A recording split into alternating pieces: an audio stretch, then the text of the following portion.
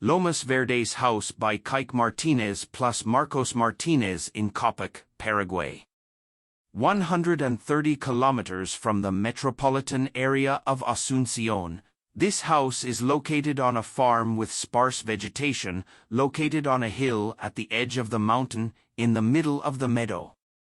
A thorough site analysis was crucial in making certain project decisions.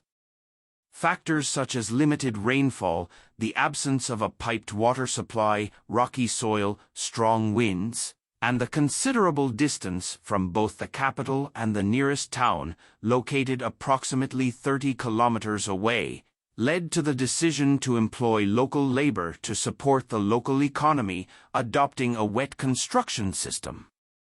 The majority of materials used were either extracted on-site or obtained locally, aiming to mitigate environmental impact. The project results from the reinterpretation of Colota Jovi and Corredor Jerry, typical rural typologies of the country, whose intermediate spaces are essential for life in subtropical climates. The house developed as a bar, facilitating possible longitudinal expansions, and rests upon a stone podium extracted from the same site.